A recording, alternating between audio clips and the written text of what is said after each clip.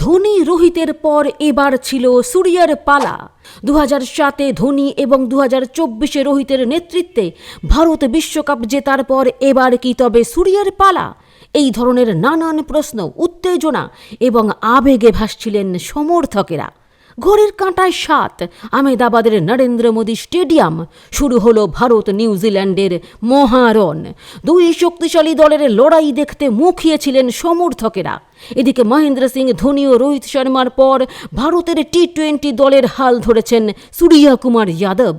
তিনি 2025 সালের সেপ্টেম্বর থেকেই এই ফরম্যাটে অধিনায়কত্ব করছেন।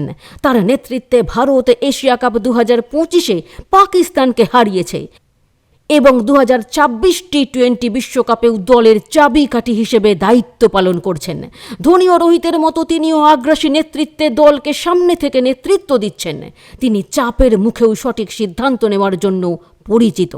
এবার দেখার ছিল এটাই যে সূর্যকুমার যাদব এবার ভারতের হয়ে টি-20 বিশ্বকাপের শিরোপা ধরে রাখতে পারেন কিনা।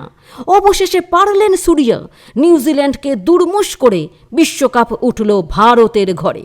অপরদিকে ম্যাচ জিতেও সমালোচনার তোপ থেকে নিজেকে সরিয়ে রাখতে পারলেন না কোচ গম্ভীর।